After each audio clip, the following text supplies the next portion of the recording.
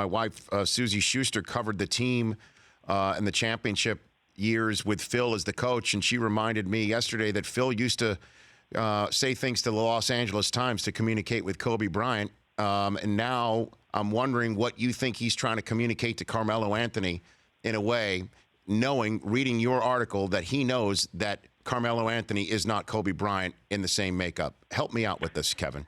Yeah, I mean, well, the cynical, straight on its face idea would be he's trying to make Carmelo even more uncomfortable and get him out of town. I'm not sure that Phil's really trying to do that. It's referring to what Susie's talking about. Phil does do this a lot over the course of his career, where he kind of just throws stuff out there and sees what sticks and sees how it makes people feel. He communicates in a very unconventional fashion, where it's not necessarily eye to eye all the time. It makes maybe a little awkward or make you think, what is he trying to get through this? But he wants you to think about the topic that he's putting out there. And so, I remember even last season on Kobe's farewell tour, when he was in Cleveland, he was talking about what do the Cavs need to do to get ready for the playoffs. And he thought maybe they need a little more friction and conflict in there. And maybe Kyrie has to do that because maybe LeBron won't be willing to do that. So Kobe's from the Phil school of this, where he believes that, a family should have topics that are uncomfortable put out there instead of just brushed aside.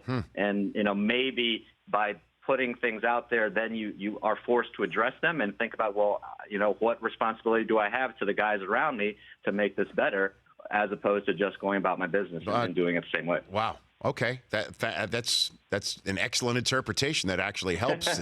So let's get to it. Brockman, ask Kevin Ding the poll question that's on the Rich Eisen Show app at the Apple App Store, Google Play, or at the top of our Twitter account at Rich Eisen Show that Phil Jackson does not follow. Go for it. All right, Kevin, what should the Knicks do? Trade Melo, fire Phil, keep both, clean house. What do you think? One of those options isn't available to Phil until Carmelo says I'm willing to go. So, but all things being equal, I'd say if Carmelo was willing to go, and I don't think he is, just for the record, because he loves being in New York, I think that is the best option for all involved.